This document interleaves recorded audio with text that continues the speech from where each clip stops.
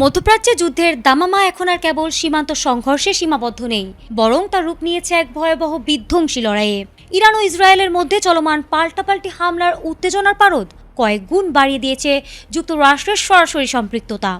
সম্প্রতি মার্কিন সংবাদ মাধ্যম ওয়াল স্ট্রিট জার্নালের এক বিশেষ প্রতিবেদনে উঠে এসেছে চাঞ্চল্যকর তথ্য। ইরানের অত্যন্ত সুরক্ষিত ভূগর্ভস্থ সামরিক স্থাপনাগুলো গুড়িয়ে দিতে যুক্তরাষ্ট্র তাদের শক্তিশালী বাংকার বাস্টার বোমা ব্যবহার করেছে। মঙ্গলবার ভোররাতে ইরানের গুরুত্বপূর্ণ শহর ইস্পাহানের এক অস্ত্র গুদামে এই ভয়াবহ হামলা চালিয়েছে যুক্তরাষ্ট্র। মার্কিন এক কর্মকর্তা জানিয়েছেন, এই অভিযানে প্রায় ৯০০ কেজি ওজনের বিপুল সংখ্যক বাংকার বাস্টার বোমা ব্যবহার করা হয়েছে।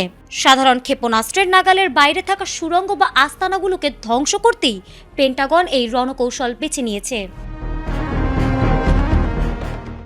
এই বাংকার বাস্টার বোমার ভয়াবহতা বর্ণনাতীত। এটি শক্ত ইস্পাতের আবরণ দিয়ে তৈরি, যা একে গ্রিলের মতো মাটি ও কংক্রিটের একাধিক স্তর ভেদ করে নির্দিষ্ট গভীরতায় পৌঁছাতে সাহায্য করে। এতে ব্যবহৃত হার্ড টার্গেট স্মার্ট ফিউজ প্রযুক্তি নির্ধারণ করে বোমাটি ঠিক কত গভীরতায় বা কোন চেম্বারে গিয়ে বিস্ফোরিত হবে। এমনকি কিছু বোমায় মাইক্রোফোন প্রযুক্তিও রয়েছে, যা মানুষের কণ্ঠস্বর শনাক্ত করার পর বিস্ফোরণ ঘটায়। এই মারণাস্ত্রের ইতিহাস বেশ পুরনো। দ্বিতীয় বিশ্বযুদ্ধের সময় থেকেই এ ধরনের বোমার প্রাথমিক ব্যবহার শুরু হলেও আধুনিক যুগে এর প্রয়োজনীয়তা বহু গুণ বেড়েছে।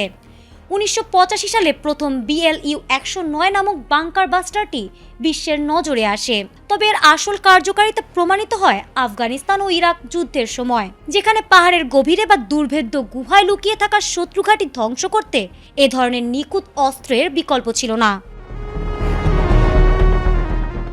তবে পরাশক্তিগুলোর এই মারণযজ্ঞের বলি হচ্ছে সাধারণ মানুষ আর বিশ্বশান্তি। তবে প্রশ্ন থেকেই যায়, প্রযুক্তির এই চরম উৎকর্ষতা কি কেবল মানুষের সৃষ্টিকে ধ্বংস করার জন্যই, নাকি শান্তির কোনো পথ এখনো বাকি আছে? এই ভয়াবহ মারণাস্ত্রের ব্যবহার কি শেষ পর্যন্ত পৃথিবীকে এক তৃতীয় বিশ্বযুদ্ধের দিকেই ঠেলে দিচ্ছে? ফারহানা হক, ATN বাংলা।